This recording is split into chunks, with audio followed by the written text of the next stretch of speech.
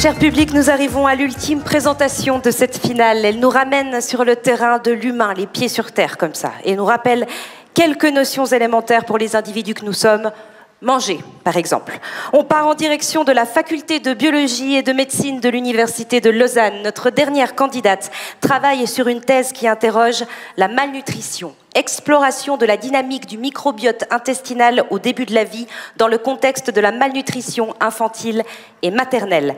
Une thèse dirigée par la professeure Pascale Fenech et la professeure Sarah Mitry et signée Margot Crézé. Bienvenue. Bonjour. Vous êtes prête, Margot? Vous avez attendu ça pendant longtemps. Tenez bon. Allez-y, c'est à vous.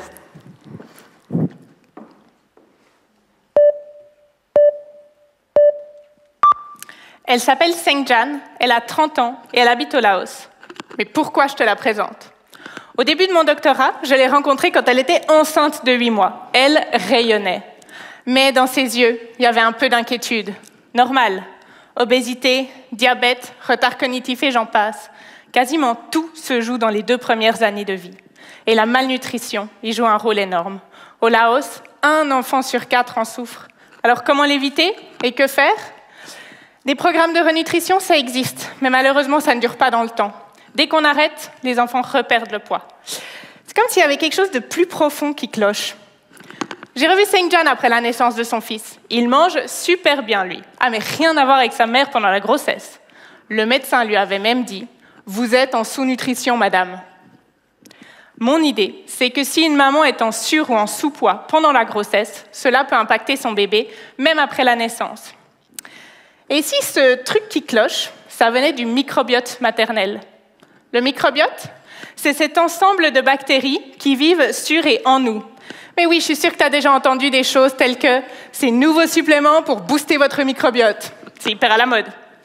Et c'est pas pour rien. Un microbiote déséquilibré affecte les systèmes immunitaires, nerveux, mais même psychologiques. Bon bah facile, on n'a qu'à composer son microbiote de manière optimale. Ouais, mais ce microbiote, tu le choisis pas. Il t'est imposé à la naissance. Et c'est surtout ta mère qui en est responsable. Voilà donc mes questions. Si une maman est sur- ou sous-nourrie, est-ce qu'elle transmet à son bébé un microbiote déséquilibré?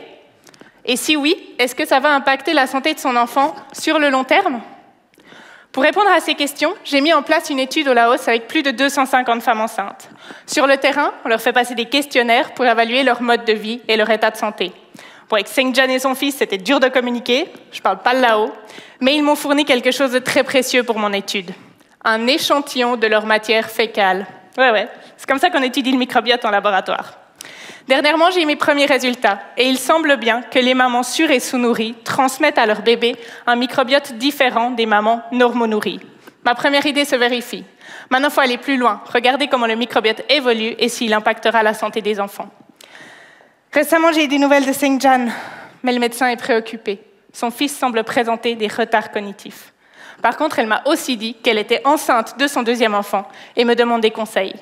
Pour ça, j'analyse les données de séquençage du microbiote à l'aide d'outils bioinformatiques pour comprendre le lien entre le microbiote et le développement cognitif. Grâce à mes recherches, j'espère aider Seng-Jan, toi et des milliers de femmes dans le monde.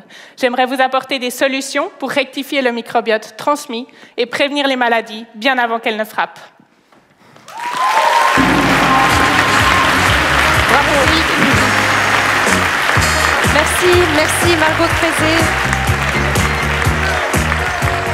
Pas facile de fermer la marche, elle vient de le faire, bravo à elle.